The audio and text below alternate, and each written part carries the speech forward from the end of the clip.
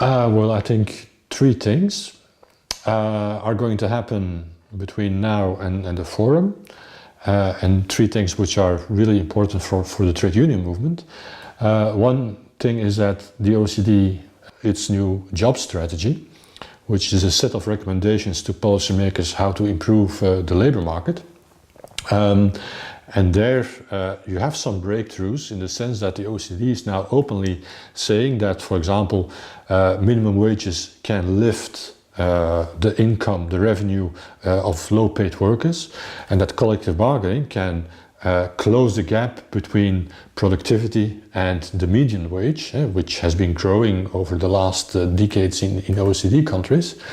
Also very importantly, the OECD is now saying, well, if you have easy firing, if you can fire workers from one day to the other, well, that's actually not so good for job stability, and that's in turn that's not very good for the training of workers and for productivity.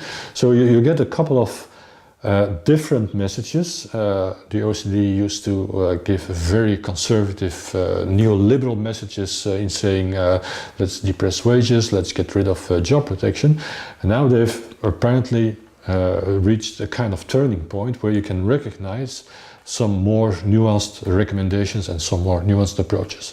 So for us, the priority is to have this recognized by policymakers, by governments and other policymakers, so that a government like the US or a conservative government like the UK does not go further on this road of neoliberal labor market reform attacking workers' rights.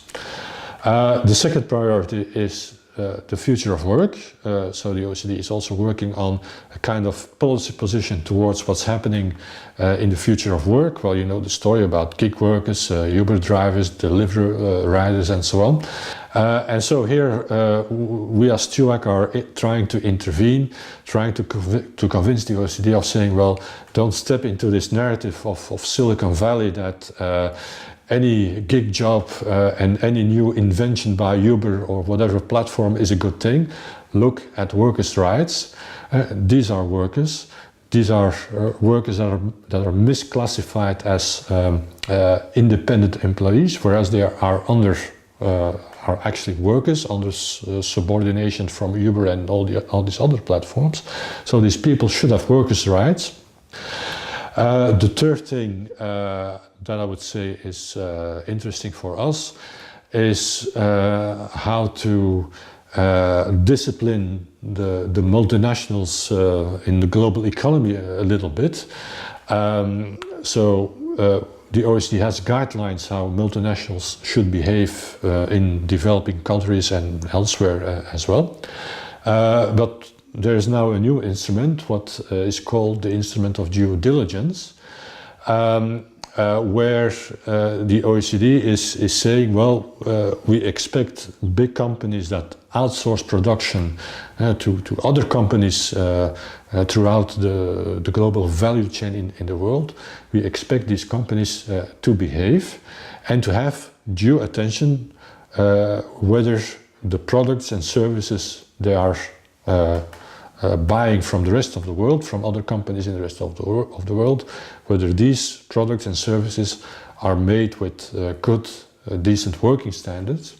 And if they are not, they are disrespecting this obligation of due diligence, and there are consequences attached to that. So that's also an area that is new and that we're trying to bring more into the spotlight so that workers around the world and trade unions around the world can work with that.